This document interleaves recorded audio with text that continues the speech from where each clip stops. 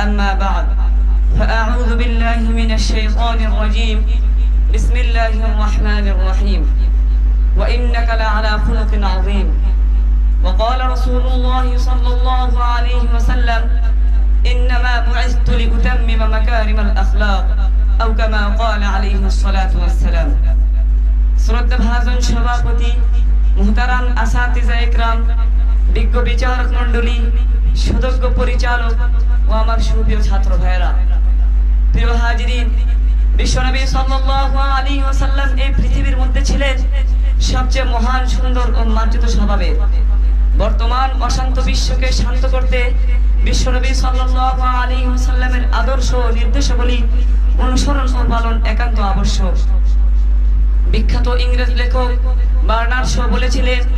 বর্তমান অশান্ত বিশ্বে বিশ্বনবী সাল্লাল্লাহু আলাইহি ওয়াসাল্লাম জীবিত থাকলে এক কাপ কফি বা চা পান করতে যতটুকু সময় লাগবে এতটুকু সময়ের মধ্যে বিশ্বের সমস্ত সমস্যাগুলোর সমাধান দিতে সক্ষম হতেন তাই আসুন আমরা বিশ্বনবী সাল্লাল্লাহু আলাইহি ওয়াসাল্লাম ও তার চরিত্রের উপর সামান্য আলোচনা করি পবিত্র কোরআনে আল্লাহ তাআলা বর্ণনা করেন ওয়া ইন্নাকা লাআলা খুলুকিন আযীম নিশ্চয় আপনি তো মহান চরিত্রে অধিষ্ঠিত হাদিসে রাসূল সাল্লাল্লাহু আলাইহি ওয়াসাল্লাম স্বয়ং বলেছেন ইন্নামা বুইসতু লিউতাম্মিমা মাকারিমাল আখলাক শিষ্টাচার মার্জিত আচরণ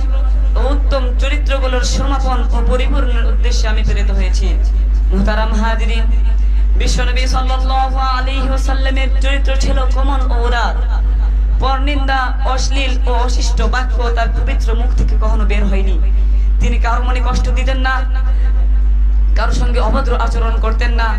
এমনকি উচ্চস্বরে বা শোরগোল করে কথাও বলতেন না হাদিসে বর্ণিত আছে রাসূল সাল্লাল্লাহু আলাইহি ওয়াসাল্লাম প্রফুল্লচিত্ত উদার ও হাস্যরসপূর্ণ ব্যক্তিত্বের অধিকার ছিলেন তার ব্যক্তিত্বের মধ্যে ছিল অসাধারণ গাম্ভীর্য তার হাস্য কৌতুক ছিল অর্থপূর্ণ একদা তিনি তার ফুফু হযরত সুফিয়াকে উদ্দেশ্য করে বললেন বড় মহিলারা কোনদিন জান্নাতে যাবে না রাসূল সাল্লাল্লাহু আলাইহি ওয়াসাল্লামের এই কৌতুক ছিল অর্থপূর্ণ কারণ আল্লাহ তাআলা বলেছেন যারা জান্নাতে হবে তারা সবাই যুবক যুবতী হবে এভাবে রাসূল সাল্লাল্লাহু আলাইহি ওয়াসাল্লাম বিভিন্ন সময় বিভিন্নভাবে অর্থপূর্ণ মন্তব্য করে থাকতেন যার বর্ণনার সময় এই স্বল্প পরিসরে তুলে ধরা সম্ভব হবে না রাসূল সাল্লাল্লাহু আলাইহি ওয়াসাল্লাম তিনটি কাজ থেকে নিজেকে সবসময় বিরত রাখতেন এক লোক দেখানোর উদ্দেশ্যে কোনো কর্মকাণ্ড করা দুই অহংকার করা তিন অনর্থক কোনো কাজ করা এগুলো রাসূল সাল্লাল্লাহু আলাইহি ওয়াসাল্লামের স্বভাব বিরোধী ছিল কারো মনে অহেতুক কষ্ট দেওয়া কারো প্রতি জোর জুলুম করে রাসূল সাল্লাল্লাহু আলাইহি ওয়াসাল্লাম পাপ বা অপরাধ বলে গণ্য করতেন তিনি বলতেন যে ব্যক্তি তোমার সঙ্গে সম্বন্ধ ছিন্ন করবে তুমি তার সঙ্গে সম্বন্ধ জুড়বে আর যে তোমার সাথে দুর্ব্যবহার করবে তুমি তাকে ক্ষমা করে দিবে আর যে তোমাকে বঞ্চিত করবে তুমি তাকে দান করবে অনুগ্রহ করবে এই গুণাবলী না থাকলে একজন প্রকৃত মুমিন হতে পারবে না মুহতারাম হাজিরিন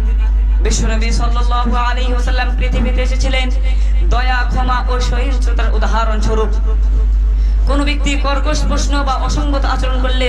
রাসূল সাল্লাল্লাহু আলাইহি ওয়াসাল্লাম ধৈর্যের সাথে সহ্য করতেন তিনি ছিলেন ধৈর্য ও সহিষ্ণুতার প্রতীক তিনি নিজের জন্য কখনো রাগ করতেন না এমনকি শাস্তিও গ্রহণ করতেন না তবে সত্য ন্যায় প্রতিষ্ঠার জন্য রাগান্বিত হতেন এমনকি শাস্তিও প্রদান করতেন বিশ্বনবী সাল্লাল্লাহু আলাইহি ওয়াসাল্লাম মানুষের দোষ ত্রুটি গোপন রাখতেন দোষ অন্বেষণ তিনি পছন্দ করতেন না কোন ব্যক্তি মানুষের দোষ ত্রুটি খুঁজে বেড়ালে তিনি তাকে বাধা দিতেন তিনি বলতেন যে ব্যক্তি মানুষের দোষ ত্রুটি গোপন রাখবে আল্লাহ তাআলা তার দোষ ত্রুটি গোপন রাখবেন মুহতারাম হাজিরিন যেহেতু আমার সময় সংক্ষেপ তাই বিস্তারিত আলোচনা করতে পারছি না